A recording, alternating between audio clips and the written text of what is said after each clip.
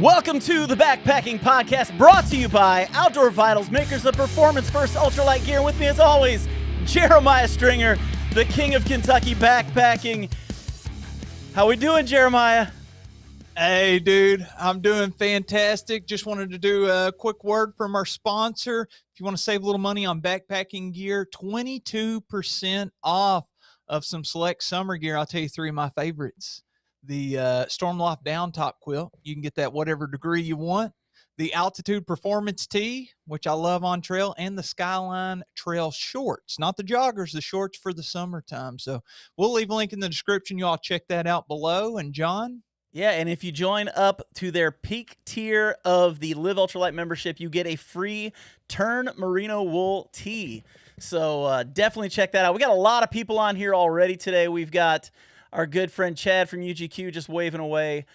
David Cooper says, hope you're all having a great backpacking summer. Derwin Off the Rails, the alter ego of Darwin on the trail, is in here ready to party. Josh Jucket's in here saying happy Wednesday, everybody. David Cooper's in here. Hey, hey. And our good friend Steve Rice in here saying hello, everybody. So we are going to have a pretty stinking awesome live stream today. That's all I'm saying. Yeah, dude. I'm very excited. We got an awesome guest we're going to bring in here in just a minute. There's a couple things I wanted to ask you about, John, before we get too deep in the show. Yeah, what's that, man?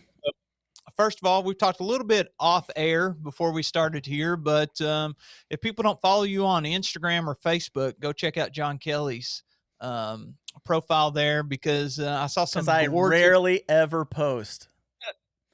Well, he told me he took some photos and video clips that he could possibly share with you, but I've already seen a couple of beautiful night photography art from you. Yeah, it was actually, dude, I'll tell you what. So yesterday I decided, me and my buddy Josh, we've been trying to go out for 3 months now. And every time we plan a trail, it's just torrential thunderstorms and lightning. And we're just like, nah, we're good. We're not going to just go out knowing we're going into that. So we've been kind of putting it off. And so we finally got out yesterday. And dude, we are the kings of dodging bullets. Straight up kings of dodging bullets. A few weeks ago, I talked about the fact that I watch the weather like a hawk, because I do not like being drenched when I'm out backpacking. And every time there was rain, somehow we were under shelter of some kind. We might have gotten a few drops of rain on us, and that's it. And it rained for like 2 hours in the afternoon. It rained for another 30 minutes when we got to camp, and yet not a bit of us was wet. Outside of the fact that it was 86 degrees and 90% humidity, and we were drenched in sweat. So I got to tell you, man, I want the exact opposite of that. I have been praying for rain, because I'm trying to do a kayaking trip. See, I try not to backpack in 90-degree weather. I've been trying to get on the river, and it's dried up. So while you were out there wishing to dodge the rain, I was like, man, let's let it pour. I need the CFS for the section of river we're doing to be like 300 to 600. This morning it was like 326. I've been watching it like a hawk, except the exact opposite of you. Well, apparently, like, people are into some kind of a Matrix mood, because Josh Juckett said that's very Matrixy of me. And Outside Comfort Zone said, we're going to need a Matrix-style video of JK dodging bullets while wearing a dope leather trench coat. I don't know. Maybe I need to do that. That sounds like actually like a fun video to make. I don't know. We'll see. Well, but hey, that's enough about me, dude. We need to talk to the person that's here to actually be on the show, who actually matters. For those of you who've been watching for the last few months, we have read a lot of this guy's articles and talked about them on this channel. He has just been someone we've really enjoyed reading his stuff. He's the editor-in-chief of backpacker.com, and we're excited to have him on today, Mr. Adam Roy. What's up, dude? Gents, thank you so much for having me. And John, for the record, I'm with you. I'm a desert cat. Oh, you like dodging the rain, huh? I like dodging the rain by a couple 100 miles if I can. That's a pretty safe distance, I think. I think that's a pretty. But safe Jeremiah, I sympathize with you too, because I'm trying to paddle this summer. So I'm every time we get a little bit of rain, I'm like, might be okay this time. I don't know. I might be okay with it. Well, I'm even planning on getting myself a kayak here in a couple months. I've been saving up, so I'm hoping to get one. But it's like it's for dual reasons. part of it's for duck hunting and the other part's for kayaking, just to be out, maybe do some fishing or something. I started paddling because I have two kids. My older one's 6, and there's this when you have a little kid, right? Like baby to toddler, it's really easy to hike with them. Actually, not that bad to backpack with them because you can just carry them. They hit this awkward age around like maybe 3 or 4 where they're like too big to walk, usually too big to walk that far on their own, but like too small to walk that far on their own, but too big to carry. So what we started doing is paddling together because it was just like easier than lugging him and like cajoling him down the trail Oh, that's a great and whatnot. That's a great idea. Been. You do canoeing with the kids or just kayaking? I don't even know how to manage. So just to give you context, our baby just turned 1. It's my first child, and I'm figuring out the throes of how to do the outdoor life while having a wife and child. So what does that even look like, dragging along the children? Well, I'm going to blow your mind. I actually usually don't do either. I usually stand up paddle with him. He's been in the canoe. We've canoe camped before.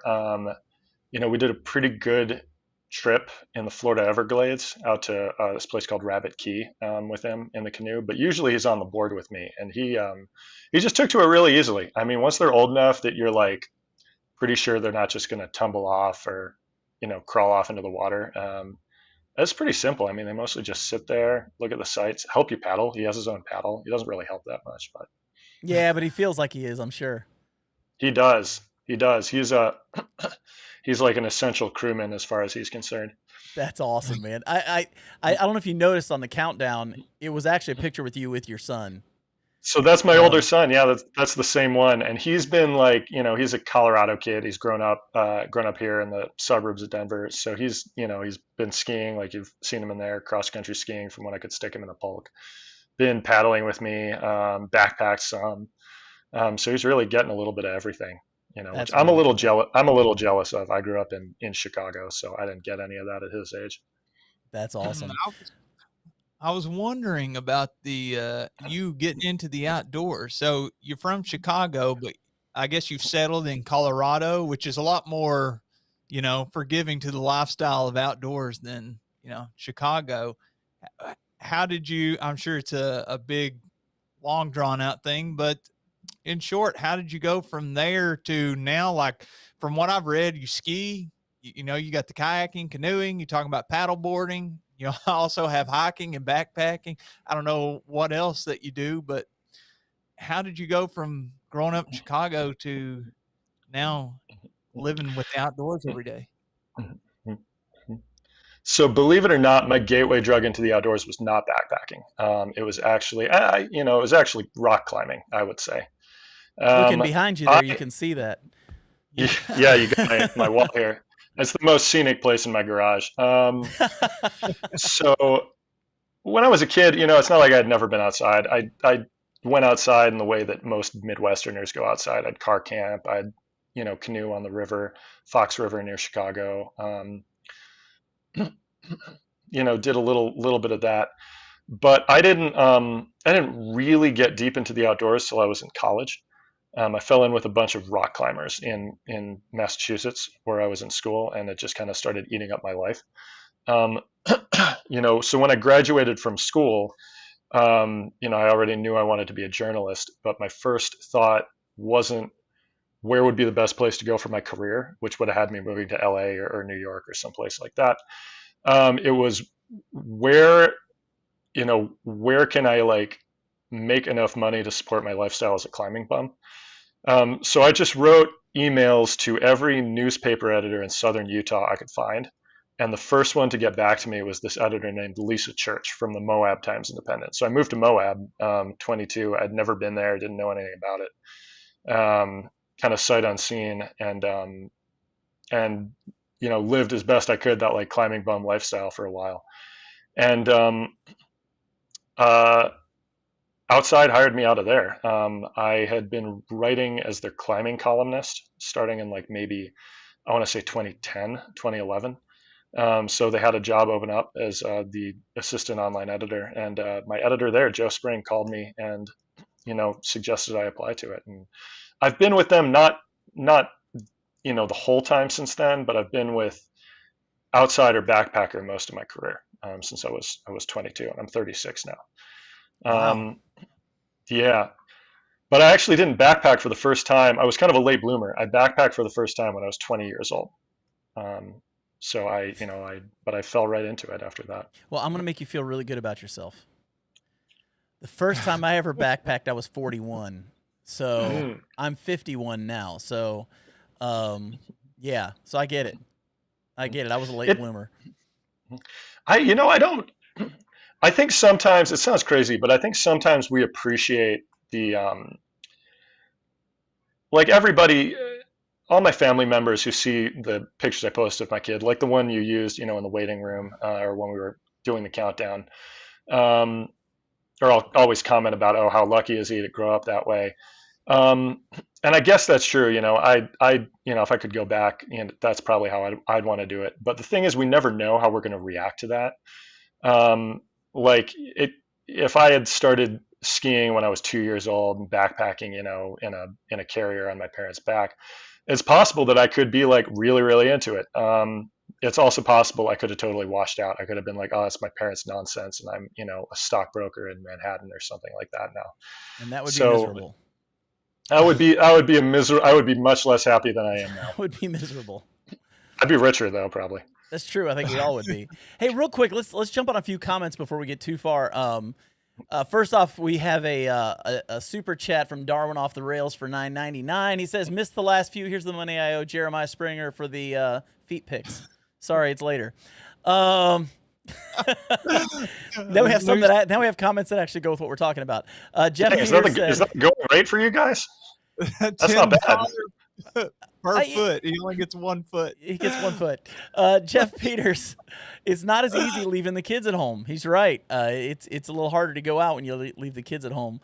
UGQ Outdoor, we just picked up a couple kayaks. Been wanting to do a lot more kayak camping. And then last one, outside comfort zone. We have a lake you can paddle on here in Chicago. Some might even say it's great.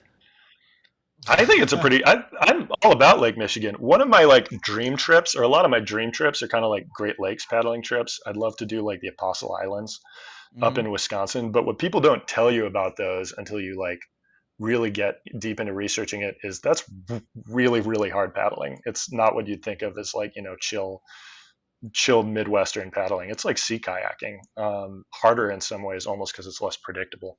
Yeah, I've got a buddy who really wants to do the Mississippi River, all the way from Minnesota down.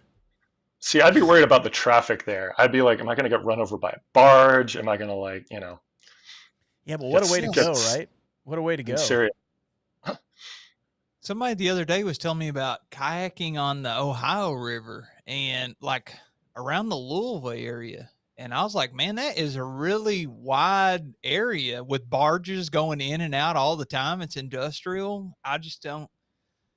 I guess it's a little bit too much for me. Maybe I'm not. Just nut up, dude. Come on, get some. What are you scared of? Just go do it, Jeremiah. You just need a big high visibility vest, one of those flags that the recumbent bicycle people use. I think you'll be all good. People will see. Yeah, wear hot pink. Man. Wear a lot of hot pink. You'll be fine. Just don't fall in. Absolutely Make sure don't fall in. Are up.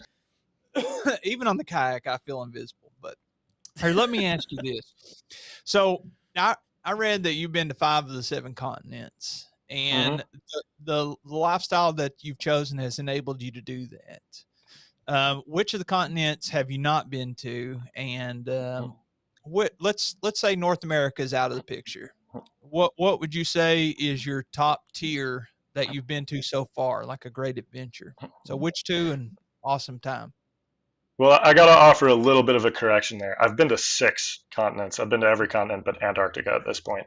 I have only been to 5 for backpacker. I have not been to Asia for backpacker, and I have not been to Antarctica for backpacker yet. But I've been to, I've been obviously to North America, South America, and Central America several times. Been to Africa once. I went to Kenya for a trip a few years ago, Europe several times, most recently to Sweden for the Fjällräven Classic in 2023. I've been to not Australia but New Zealand, so I'm counting it. That's the same. That's the same continent, That's right? same continent, yeah. Same continent. But of all of those, that's a really tough question. I have a lot of love for like Central and South America.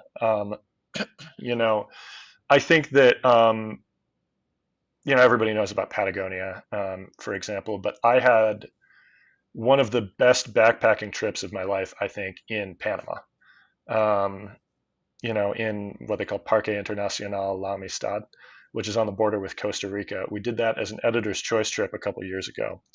It was surprisingly rough hiking. Like we never covered that much mileage on an editor's choice trip, just because we're stopping to like take video and discuss things and whatever. But the miles we did make were pretty rough. We were like going through mud, going through fairly steep trail that didn't switch back at all. But once you would get to some of these campsites, like in these clearings up in the rainforest, you'd have these unbelievable views.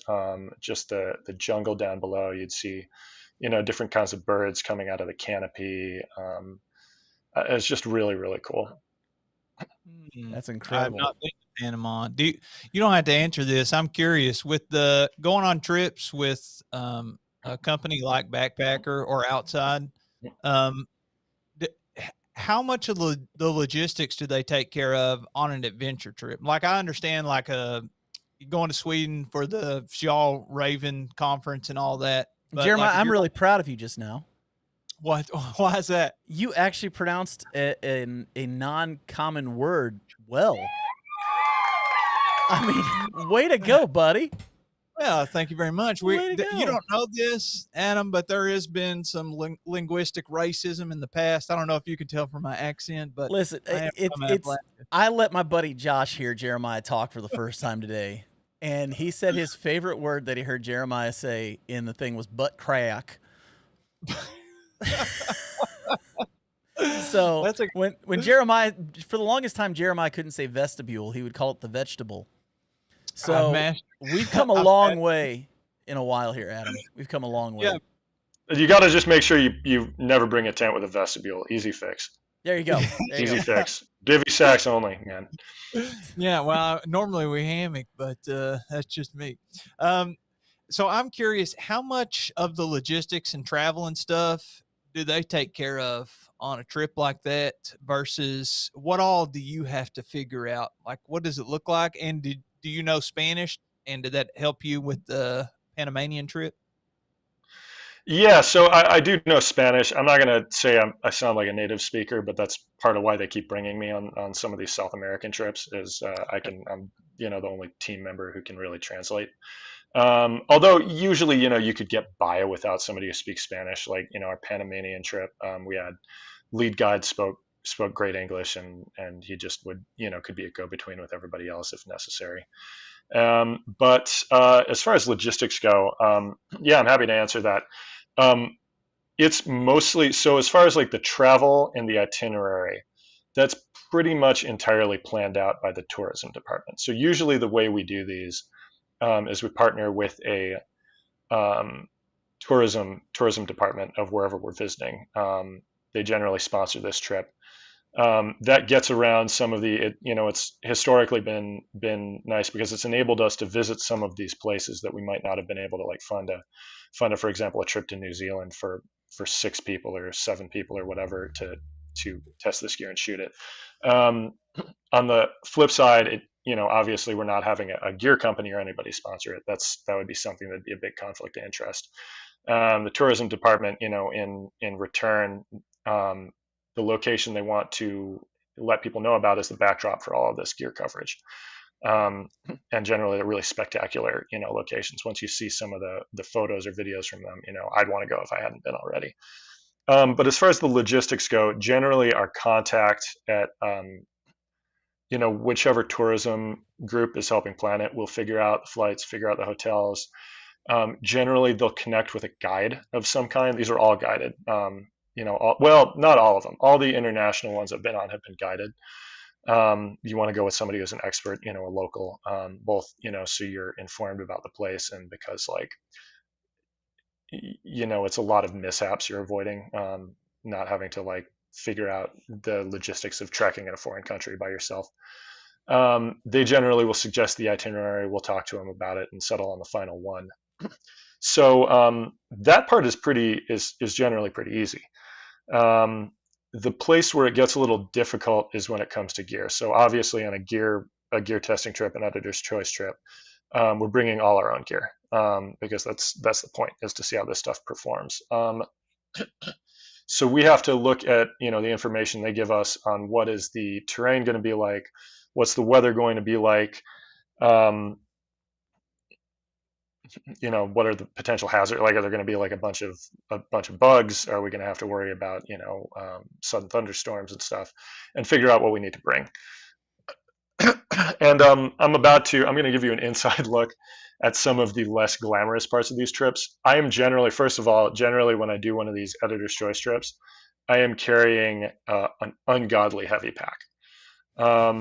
Partially that's because I'm not picking my own gear. I would generally, left to my own devices, not always, like there's some trips where I like heavier gear. There's some trips where I'm going to go for boots over trail runners, but I tend to go pretty light. I take whatever gear I'm told to take on these. On top of that, we often have more gear, that has been proposed for an editor's choice than we have people. So I might be carrying multiple sleeping pads, multiple sleeping bags. I might be carrying multiple pairs of pants, coats. I think I carried 2 tents on one of these trips, which is pretty wild. This begs the question: how many hernia surgeries have you had? But I try to stay on top of my core fitness. I think it is, nobody wants to be on a work trip and be totally lagging behind. But it's not all that bad. But the flip side to this is because we are spending some of these trips, a lot of time on these trips shooting this stuff, with the photographer setting it up. They want you to, model for it and whatnot. Generally, our actual mileage is fairly relaxed. So we're carrying a lot, but we're not trying to hike like 20 miles in a day. We're hiking like 7 or 8, usually, something like that. Maybe a little longer some days, but generally not that far. Well, do you care if I put you on the spot? Since we're talking about gear, can I put you on the spot? Go for it. Put me on the spot. I want to find out, and I'm thinking there might be some other people on here that may be wondering the same thing, because we have a lot of people that are gear junkies, and I want to know your. I'm going to ask you 3 different pieces of gear. What is your favorite backpack? Oh gosh, that one's tough. So I'm going to give you 2 answers that are like diametrically. No, I'm going to give you 3, actually. Sorry. That's fair. That's fair. Give us whatever you got, man. I have a Mountain Laurel Designs pack that I could not tell you the model of, that I absolutely love. I have a Fjallraven Kajka. I'm never quite sure how you say that, but that's like my kind of workhorse pack. If I have to carry a bunch of weight, that's usually what I go for. Nothing fancy in it, just really sturdy. It's survived all sorts of encounters over the past 10 years. And I have a day pack. I could probably backpack in it, but I haven't tried it yet. I have brought it on like some canoe camping and kayak camping trips. A backpack from a company called, and it's like basically the only one they make. They make it in a couple of sizes. From a company called Mustang Survival, I think. So it's a fully waterproof roll top backpack. I have it packed sitting over there on my table, just out of frame, because I'm headed for what is actually going to be my first big trip in like a year and a half. Oh, wow. I'm headed up to the Northwest Territories to raft next week. And so that's what I'm kind of bringing as my personal pack. I have tried to, it's fully waterproof. I've tried to drown it a couple of times just to out of professional curiosity, like thrown it in a lake, threw it in Blue Mesa Reservoir while I was sup camping, held it under with my paddle. Not a leak, nothing. Wow. So those are probably my top 3. Okay, so you don't have to give me 3 on this one, but what is your least favorite backpack that you've used?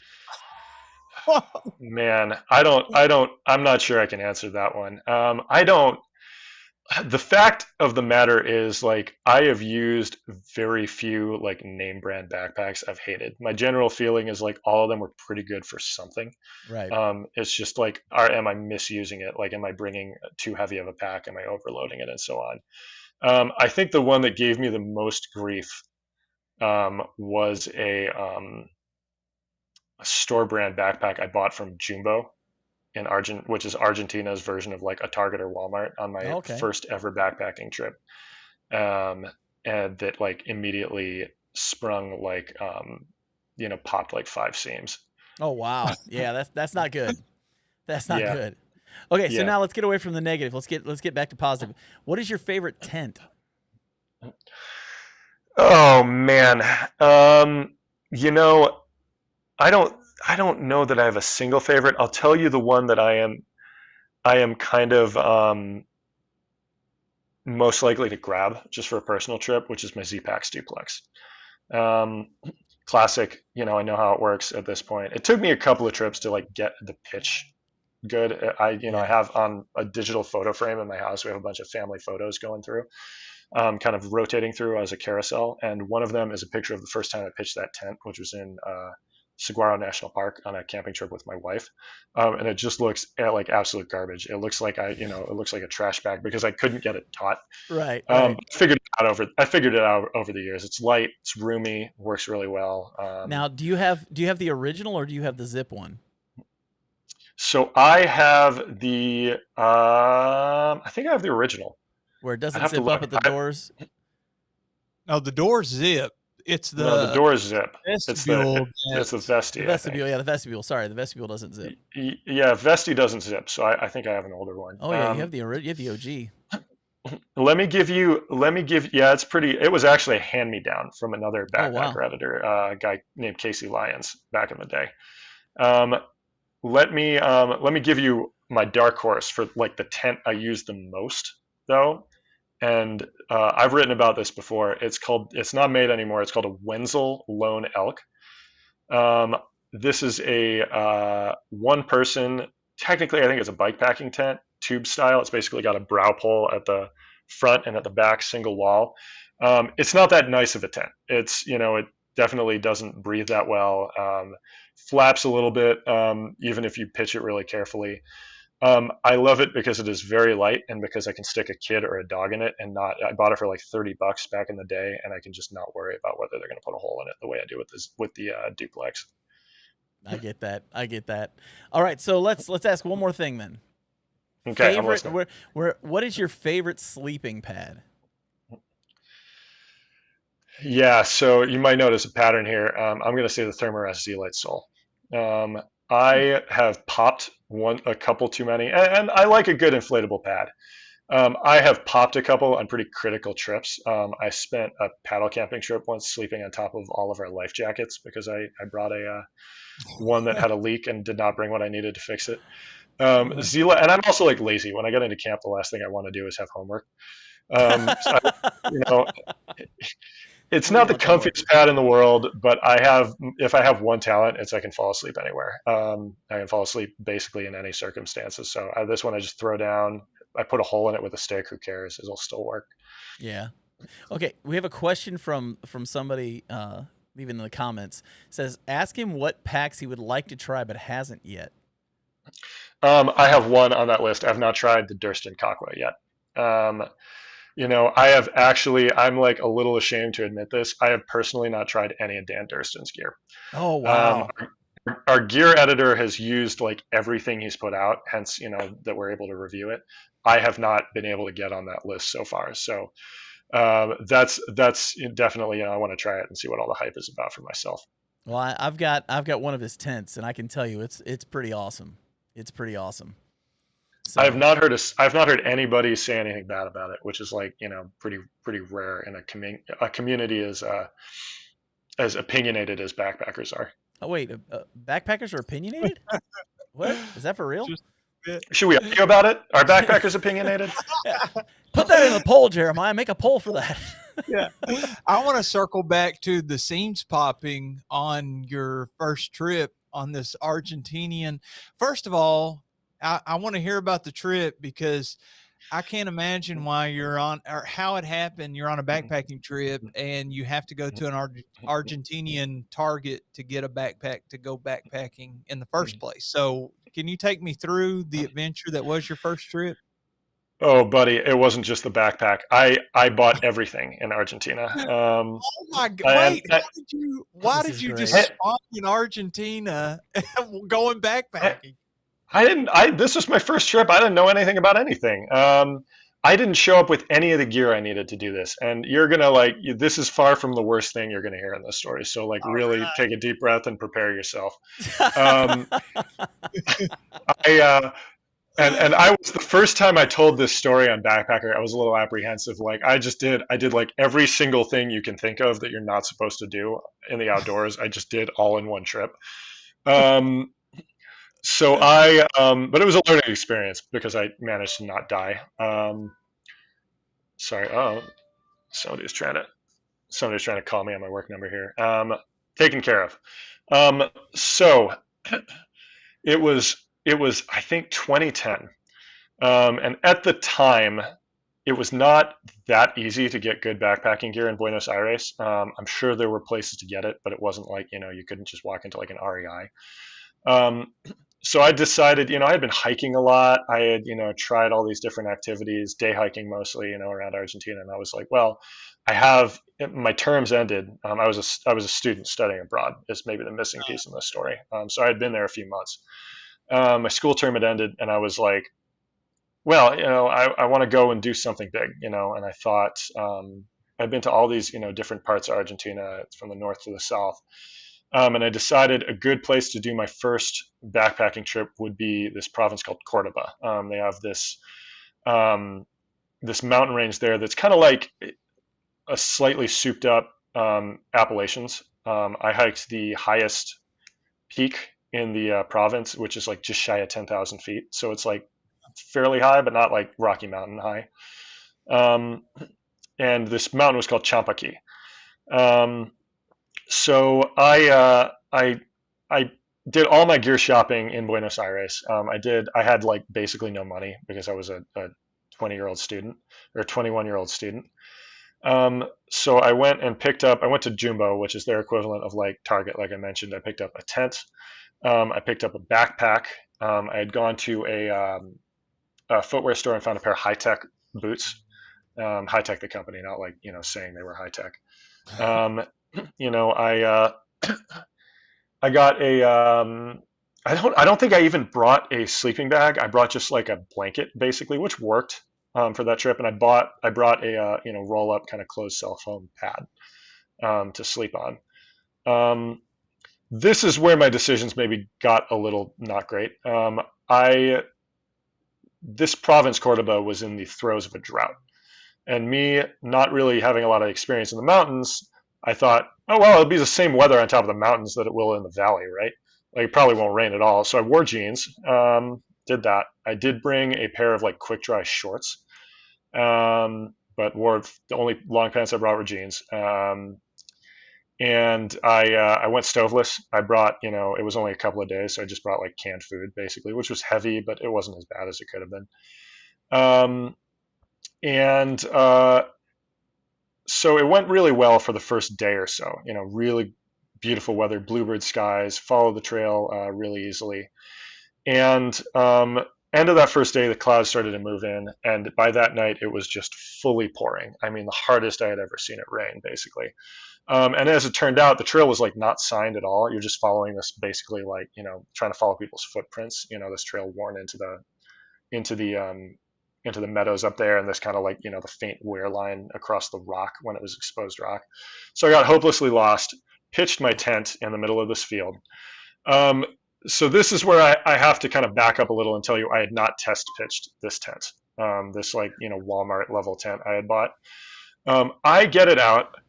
I pitch the body in this pouring rain, and I pull out. I'm looking for the fly, and I pull out this scrap of cloth about the size of a bandana, and I'm like, this is just like something to wrap the stakes in or whatever. And I'm looking through. About 5 minutes later, I realized that little scrap of cloth is the whole fly. It's like exactly the same size as the vent in the top of the tent. So, I pitch the tent. I get in on top of my pad. And I like get under my blanket, and I pull out my survival blanket. I had a Mylar blanket, luckily, because the blanket I had brought was not warm enough. And it's not. There's just rain coming straight into the tent. I spend the whole night like basically floating in this tent, wrapped in my little silver space blanket, with rain coming. Because anytime the wind blew at all this rain would come directly into the tent. Um, so I make it through the night and I backtrack to this farmer's house the next day, and the farmers along this trail are really accustomed to hikers because generally when Argentines do this trail, they don't bring a tent; they just stay in these farmers' houses. So all these farmers have built bunk houses. They have big dining rooms that they serve food to people and whatnot. And I pay this guy and stay there with what turns out to be a church youth group from Buenos Aires. And I pulled myself, I could have turned around at that point. Today's Adam might have called it then. But I was really stubborn. I had kind of one shot at this. So when the rain broke the next day, I packed up everything. I like hung my jeans on the outside of my pack to dry. They didn't dry the whole rest of the trip. I was just hiking in like my one pair of polyester shorts. And I keep going. And I'm glad I did because I actually had a pretty smooth rest of the trip. I stayed with another farmer up near the base of this mountain, Champaqui. I made it to the summit and made it back down again, without too many issues. But it was definitely a lesson that, like, first of all, if you're going to buy gear, especially cheap gear, check it out first. Make sure it, like, doesn't have a big hole that, like, rain can just come in through the top. And definitely don't assume that because the weather is one way at the bottom of the mountain, it's going to be the same way at the top. Wow. I find that so interesting. The Argentinian farmers have a little economy there built around some hiking trails. I had no idea that there was even backpacking there. Yeah, well, this is, you're not going to probably be able to walk up to any farmhouse in Argentina and stay with them, but this province, this area especially, its big industry is tourism. It's got a lot of what be the word reservoirs with like houseboats. It's got a lot of tourist towns up in the mountains there. It's really picturesque. It does kind of remind me of like parts of the Northeast where it's got these pine forests and it's just really pretty. So they're used to seeing tourists. And that trail in particular, the trail up to Champaqui, which most people do as an out and back, I did it as a big kind of horseshoe point to point and just picked up a cab at the other end. It sees a lot of travelers, a lot of scouts, a lot of youth groups, things like that. I'm not going to lie. I have been on the Jumbo Plus website for the past few minutes while you've been talking through your story, listening to you, and then trying to read Spanish, which I'm not good at. So I've been trying to find a jumbo backpack, and I'm failing miserably. So maybe I'll find one at another point. The funny thing is, out of nowhere, I found the company that made those at OR a couple of years later. I was nice. Really? I was nice. I didn't lodge any complaints there, but yeah, I did. I couldn't tell you what their name now. It's some Chinese company that usually sells direct from manufacturer, but they also supply a bunch of stores in Latin America. Well, that's interesting. That's interesting. We did have a question for you from one of the people online. They said, "Have you ever tried any outdoor vitals gear?" Okay, you guys are going to have to help me with the name of this because I want to say it's the Ventus, maybe. Yeah, the Ventus hoodie. Is that the Ventus? So that is one of my favorite layers I own. Super, super light. When I went to Panama on the trip I told you about, that was the only insulating layer I brought for the mountains there. I've used it for backpacking, used it for cross-country skiing, used it as like kind of a mid layer for like longer overnight ski tours. Just super, super useful piece of gear. And it's really, I think it's like 8 ounces, 6 ounces, something like that. Yeah, it's really backs light. up to nothing. And because it's synthetic, it dries really well, if it takes a dip in the drink. So yeah, that is actually, when I saw they were your sponsor, my mind immediately went to that. Yeah, that's an incredible piece of gear. I've got one too, and it's really nice. Really nice. Yeah, a couple of summers ago, my wife and I had done the Camino de Santiago. And if you're not familiar, it's a walk across Spain. And that took us about 6 weeks. That was my only insulating layer. Well, both of us actually brought one. They have like a hoodie, and then they have like just a quarter zip. But yeah, they make good stuff. We have a bunch of it, obviously, but they're insulating layers. Pretty rad. Yeah, I've got the quarter zip, and it's like probably one of the layers I've gotten the most mileage out of. It's like that, and I've got like I've got an outdoor research like like kind of waffle knit fleece, and between the two of those, like I think I use one of those on almost every trip I'm on. Oh yeah, yeah. So go ahead, John. You got a comment that you're wanting to post up there? We got a few more comments real quick. I just want to make sure I get these in real quick before we get too far here. It says J Flo Flowers said the first time he went backpacking was 46. See, it's never too late. Yeah, he got into it late. Outside comfort zone. Don't want to speak for everyone, but I think I speak for everyone when I say it's time for Jeremiah to nut up and sup to Antarctica. How do you feel about that, Jeremiah? You ready for that? You ready for Antarctica? I don't know if I'm ready. That's Jared commenting there, and if he wants to go and he's going to pay for the trip, I say sign me up, baby. Let's all meet up. Adam, we'll check mark that one off. Dude, I'll go with you. I'll go too. Let's make it a big party. Let's all go.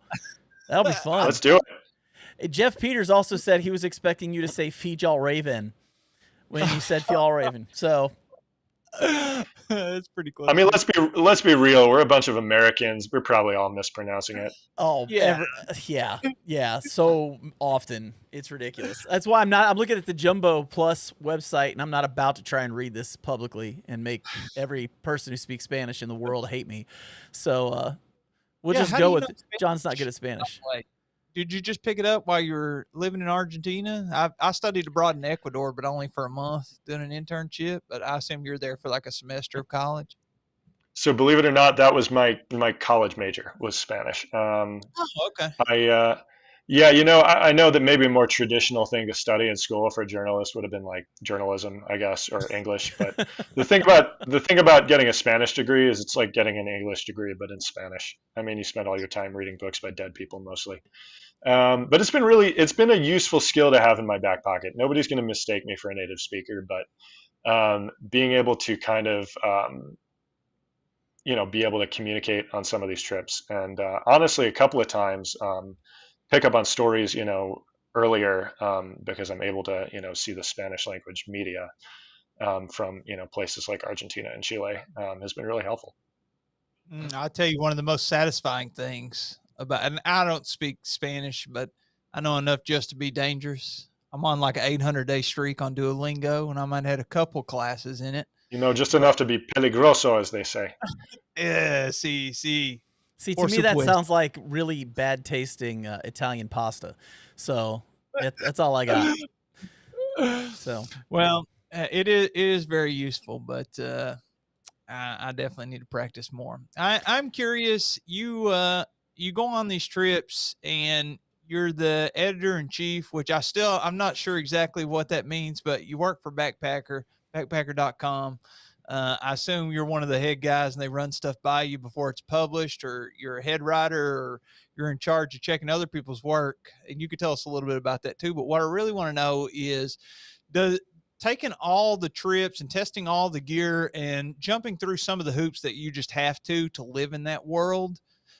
Does it burn you out a little bit on taking trips off the clock too? Or do you feel like you get out enough? How do you keep all that in balance? And, you got, the spouse and the kids and all these plates spinning. What's that look like? There was probably a time years ago when I would have told you, like, I'm handling as much as I can, travel wise. I was like, but these days, so I kind of mentioned this trip I'm going on next week is my first big one since 2023. It's my first, big trip. One of my first work trips at all in about a year and a half. And that's because basically I had a kid. I was out on parental leave, and I agreed with my family I'd stay home, basically avoid any unnecessary work travel for a year. So these days, I actually would love to get out more. I think I'm a long ways from burning out on it. And the thing is, the thing they don't tell you about outdoor journalism is there's a lot of journalism in it. Sometimes too much journalism and not enough outdoors. It takes a lot of work to do some of the work we do, especially when you get into some of this longer form reported stories. Spend a lot of time over your laptop, a lot of time in meetings and things like that. And we all, make time to get outside. Don't get me wrong. That's something that we've all made sure to make a part of our everyday lives, because otherwise, what's the point? But it can, there's definitely times when I'm like, I've spent too much time staring at a screen. You know, I'd prefer to be outside, prefer to, be getting my hands dirty. That's a long-winded way of saying like these days I could use to be out more. Yeah, I see. Okay. What about your wife? Does she ever go out there with you whenever you're hitting the trail, or is she more ski oriented? She does, not as much as we used to. She she's had some like injuries and health issues in the past couple of years that have made it kind of hard for her to hike long distances, especially under a heavy load. So it's kind of like in a lot of ways as a family. I have my own trips and I have my work trips, but when we get out as a family, it's kind of in a really interesting way led us to reconsider like what it looks like to get outside together. We do a lot of like base camping. Like we'll get a campsite in Rocky Mountain National Park, and we'll hike, from there, coming back to the same campsite every night rather than backpacking through it. We just got back from a just a little local weekend trip we did over 4th of July, just to a local, I think it was state park, where we just got a cabin and I paddled around with one kid and then would take the other kid out hiking. And so we do get out together, but generally not on the pretty bigger, longer, more rugged stuff. Awesome. Well, hey, listen, we've got a very important part of this conversation that needs to happen. You've been warned. I would say warning is the best way to say it. And so everybody, I'm shocked. There's a few guys missing from the live chat right now that normally will make sure that this happens, but Jeff Peters is one of them, and he hasn't commented on it, which surprises me. But do you have a good poop story? Yes, I have a good poop story. So I apologize to anybody listening if you were at our talk at Outside Fest that I did with former backpacker editor, current CEO of Teton Gravity Research, John Dorn. But I told this story on stage here, or told this story on stage there. But it is a doozy. So this was on this trip to Panama, which would have been 2021, I think. It was our first night on the trail, and all of us had hiked up to this, little kind of unspectacular campsite. It was a pasture that was on the edge of the rainforest. Really good view of the surrounding kind of communities, the local community. You see the lights down below, and even I think if you looked far enough, you could see the ocean. But we set up our tents in this little pasture, and we really quickly realized, first night in the jungle, we realized this campsite is absolutely wall to wall full of spiders. Oh, nice. So this actually doesn't bother me too much. I have a weird fascination with spiders. They're kind of like my birds, I like to go out and keep a little journal of which ones I see and all that. It's my weird little hobby I got over COVID. My colleagues were not impressed. We saw a couple tarantulas right off the bat walking around. Wandering spiders, these spiders about the size of your palm with big long legs wandering around. Oh, wow. Probably, I'm going to conservatively guess 1 billion wolf spiders. It's just, you turn your headlight on the grass and you'd see it looked like the night sky, just all of the eye shine from all of these wolf spiders in the grass. So everybody's a little bit tense. And after a while, I realized, it's time to go relieve myself. I asked our guide, hey, where would you prefer I go do a number 2? He points, over to the edge of the campsite and hands me not a trowel, not a shovel, a full-sized, like Snow White and the Seven Dwarfs, hi ho, off to work we go, pickaxe. No explanation. I guess I could have asked, but he gives me this pickaxe. I'm like, all right, I guess this is how you do it in Panama. Digging for diamonds. Yep. So I wandered to the edge of this campsite, and this has been a cow pasture, I think I mentioned. And the edge of this campsite, it kind of drops off, and it's just all chewed up, mud, hoof prints, just really rough sucking mud. So I wander off into this with my pickaxe, and I pickaxe my hole down in the mud. And I drop trow, and it's fully night by this point. I drop trow and I squat over it, and the whole time there's just these hand-sized spiders just kind of walking back and forth by me, not paying any attention to me. That was the most memorable poop experience I think I've ever had. You know, when I think about outdoor number twos, that's like the one I measure all of them against. So would you say the pickaxe made it easier to dig a proper 8-inch cat hole? It did. It made it harder to walk. Was part of the issue. I think I almost fell over a couple of times. Um, but it did make it easy. I didn't have to spend any time at all. Basically, just a couple of thwacks, and there I was. There you go.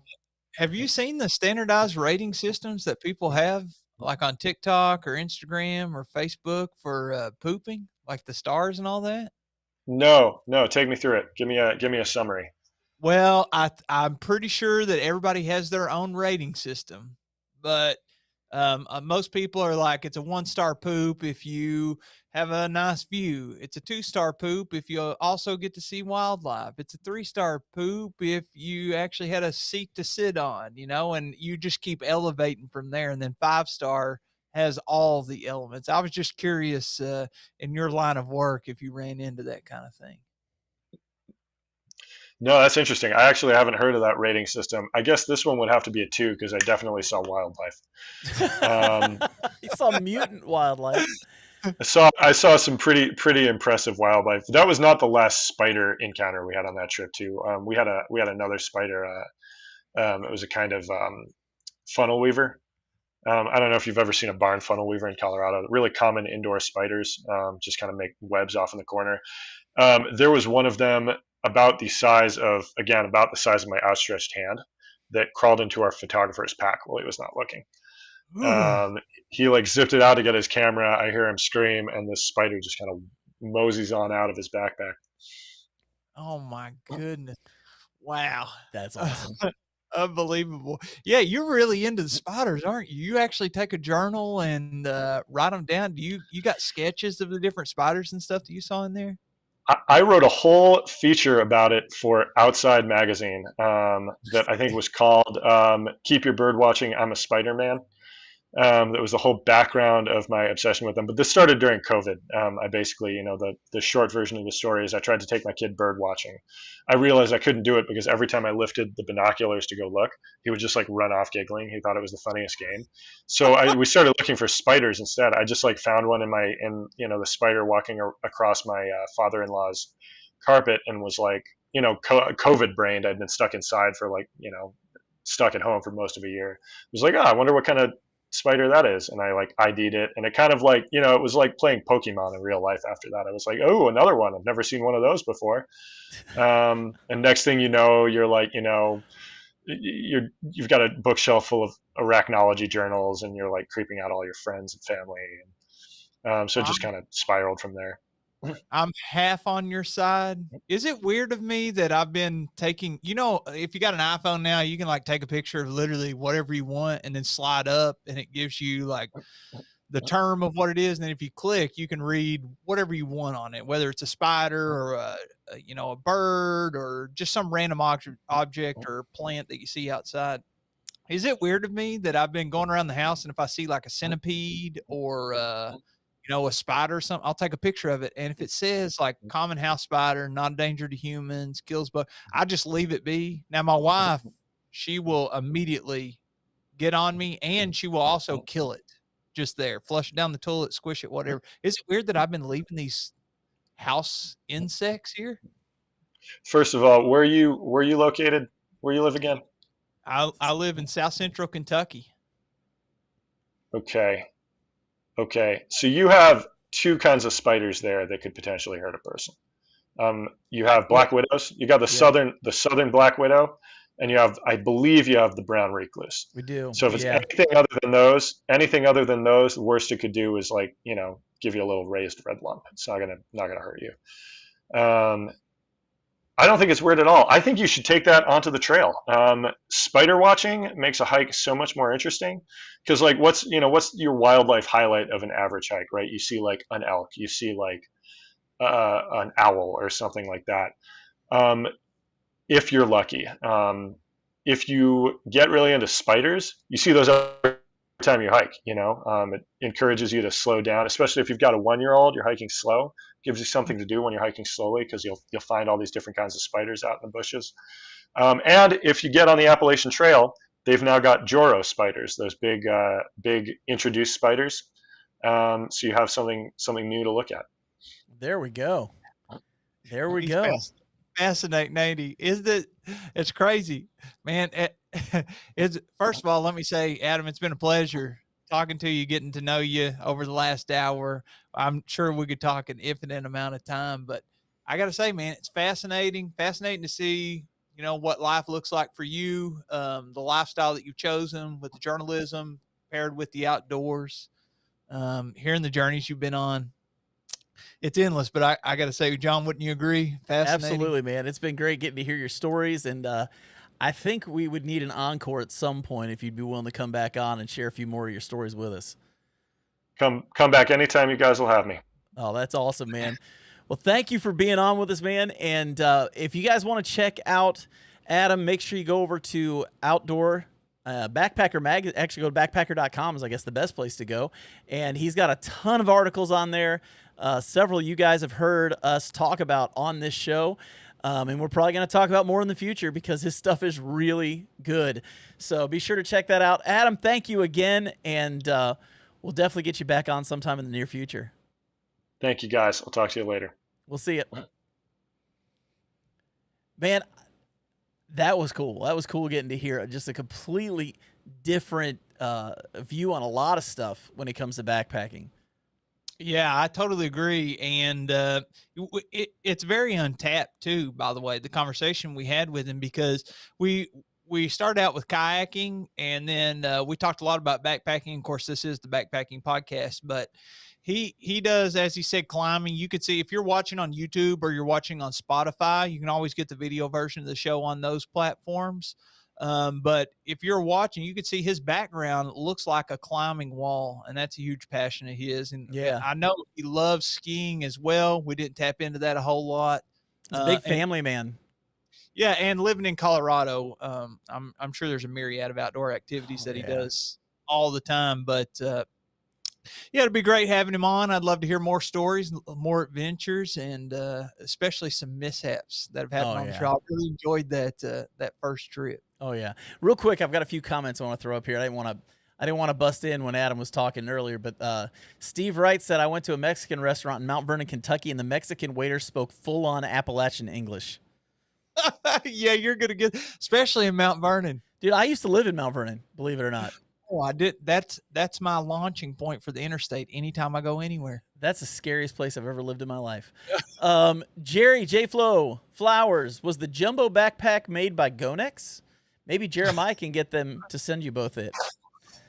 I love it. For those who are new to the podcast, we haven't heard a Gonex joke in a long, long time. If you want to find out about Gonex, you've got to go back to season 1 and hear the ruthless picking on Jeremiah that we had for that.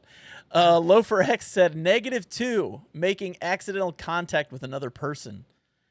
So you were talking about your rating system? Oh He yeah, said that's a -2. -2. Drop a couple stars. And then the last comment we're going to put up here, Steve Wright said, I have a whole line of girly screams when I see big spiders. I think I'm right there. I will tell you before we wrap here, I'm talking to Tim Buckley. We've had him on the show a bunch of times. He's even co-hosted with me before. And I want to say thoughts and prayers with all the people out west affected of the wildfires. I think a lot of it was lightning is the place, how the fire started basically. But Tim Buckley directly affected. I think he was working out there in that lodge that burnt at the Grand Canyon. He was actually, if you want to check out his YouTube channel, Backpacking with Buckley, you can see a firsthand account of him and a couple other people that he was backpacking with on the North Rim, evacuating in real time. He filmed the whole experience. So I don't know if we'll be able to get him on next week because life is pretty crazy for him right now, trying to figure out the place where I'm staying is burned. My work life is, imagine you're just working out at the Grand Canyon, and then the next day where you're working, where you're staying, is just gone. So if life's not too crazy, we'll try to have him on next week, but definitely in the near future to see a firsthand account of really what that looks like out there. Well, and Buckley's one of the coolest guys we know, so it'd be good to have him back on here. Yeah, love him. So with that said, thank you guys for tuning into the Backpacking Podcast. We will catch you on the next one.